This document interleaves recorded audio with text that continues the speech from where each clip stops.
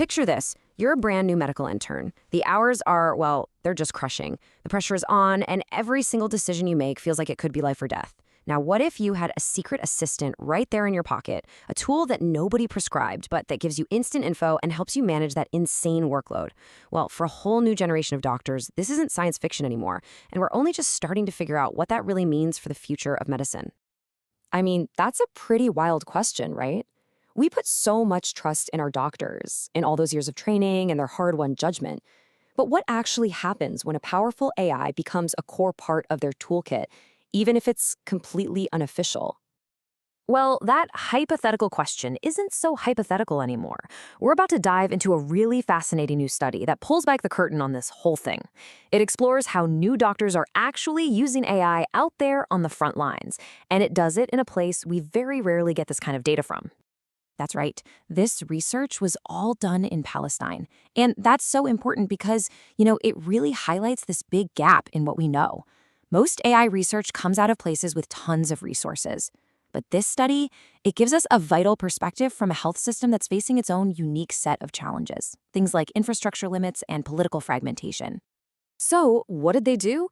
The researchers surveyed over 300 medical interns to get a handle on how, why, and just how often they're using AI. They basically wanted to know, is this stuff helping? Is it hurting? What are the real-world pros and cons for doctors who are still in training? And this is one of the very first studies of its kind to come out of this region.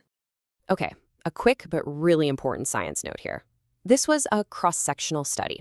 Now, what that means is that it's like a photograph, a snapshot in time. It's awesome for finding patterns and connections, like, hey, interns who use AI a lot also say they manage their time better. But, and this is key, it can't prove that one thing causes the other. We're looking at correlations here, not direct causation.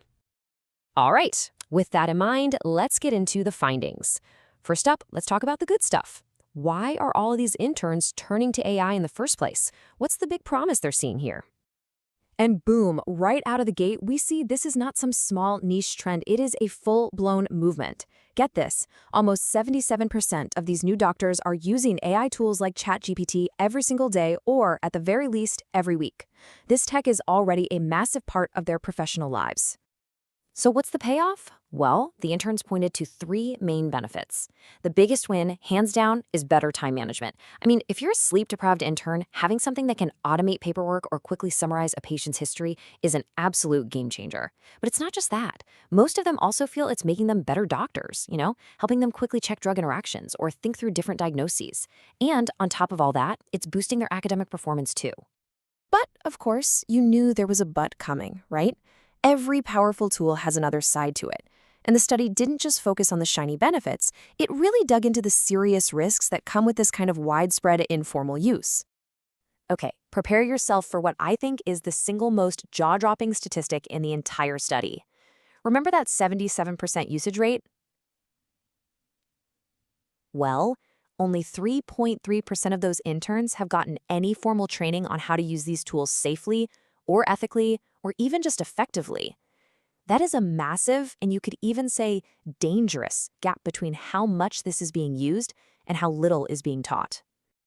And here's the kicker. The interns themselves know this is a problem. They are living this experiment, and almost the exact same number who are using AI all the time are also worried about becoming too dependent on it. They're afraid it might actually make their own critical thinking and clinical judgment weaker over time. This quote from the study's discussion really just hits the nail on the head. It perfectly sums up the whole problem. In other words, the tech is here, it's being used constantly, but there are no guardrails. There's no official guidance, no system in place to support these young doctors. So let's just lay it all out side by side. On the one hand, you've got the clear promise. AI is this amazing assistant that saves time and helps you learn. But on the other hand, the peril is just as clear. This giant training gap is leading to a real fear of over-reliance and the risk of weakening those core critical thinking skills. It is the classic double-edged sword. And if you dig a little deeper into those challenges, it's not just some philosophical fear about the future. Yeah, over-reliance is the #1 concern for about 3/4 of them, but look at that next slice. Nearly 62% are running into practical problems like technical glitches and just plain access issues. In a system that's already stretched thin, sometimes just getting the tool to work is a huge problem in itself. Okay, so if this is the reality on the ground, what's the fix? Where do we go from here?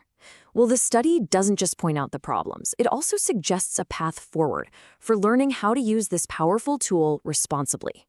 The researchers basically lay out a clear 3-step plan. First, stop ignoring it and start integrating it. Build real, structured AI training that's focused on ethics right into the medical school curriculum. Second, create clear national standards so that everyone is playing by the same rules. And third, you've got to tackle those practical problems by investing in the digital infrastructure to make sure everyone can actually get access. At the end of the day, the big takeaway is this. The point of all this isn't to create robot doctors or automate medicine. It's about giving human doctors better tools. The goal is to use AI to augment a doctor's skills, let it handle the boring tasks, provide information in a flash, and ultimately sharpen their clinical judgment, not replace it. Which brings us to this final huge question. Is this new technology a tool that's going to build a stronger, more efficient, and more knowledgeable generation of doctors? Or is it a crutch that's going to let their core critical thinking muscles fade away? Based on this study, the answer seems to be, well, that's up to us to decide.